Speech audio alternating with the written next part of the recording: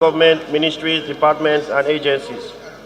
Aware that most of the vacancies require that applicants must not be more than 30 years of age at the time of applying for the vacancies.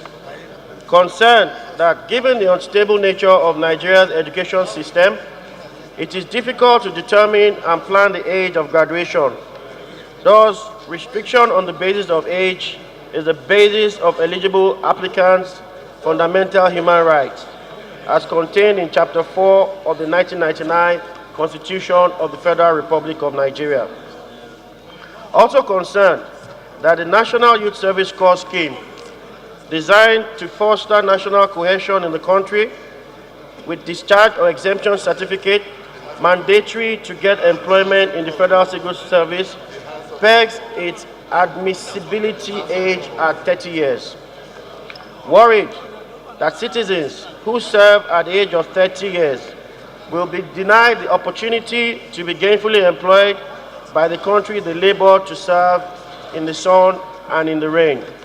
Alarmed that 55.9% of Nigeria's 196 million population are between the ages of 16 to 64, and by capping the job entry at 30 years of age, over half of the said population will be denied the opportunity to be gainfully employed by these MDAs.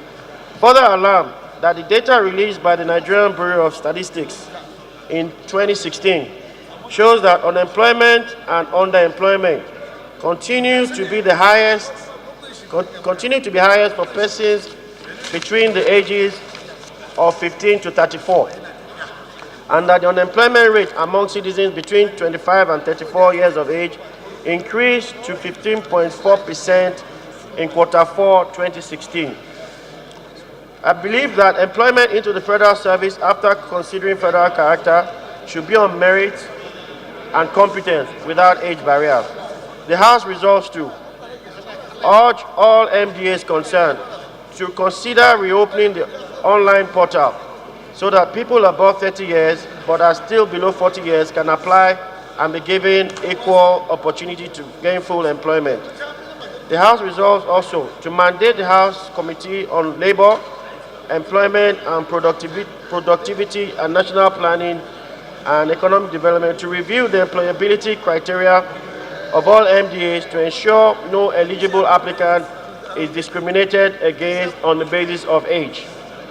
The House resolves to mandate the Committee on Legislative Compliance to ensure the deliberations and resolutions of this Honorable House is communicated to all MDAs and comply to eliminate discrimination in the civil service. I so move. One, Mr. Speaker, has been employment. The second one, Mr. Speaker, has been employment. The third one, Mr. Speaker, has also been employment. And I'm sure this employment issue pervades across all the 360 members in this hallowed chamber. Mr. Speaker, I have tried in my own little effort to attract employment to my federal constituency, but unfortunately, I've been incapacitated by the policies adopted by these MDAs. MDAs, when they release the job opportunities in their portals, they always put an age restriction. This age restriction, in my humble opinion, is discriminatory, considering the fact that NYSC eligibility allows 30-year-olds to be able to participate in the NYSC. So 30-year-olds are most times not able to apply for jobs within the MDAs when the portals are open. Accordingly, the job of this 8th Assembly, ably held by you, is to fight all discriminatory tendencies that we see that pervades the land. One of these is this. So accordingly, Mr. Speaker, I urge all members who I know also face this problem of unemployment in their federal constituency to support this motion and ensure that this motion is passed with the speed of light so that we can unleash the potential of our youth and our unemployment in the civil service and all the MDAs. I urge all of us to kindly support this motion, and I thank you in anticipation.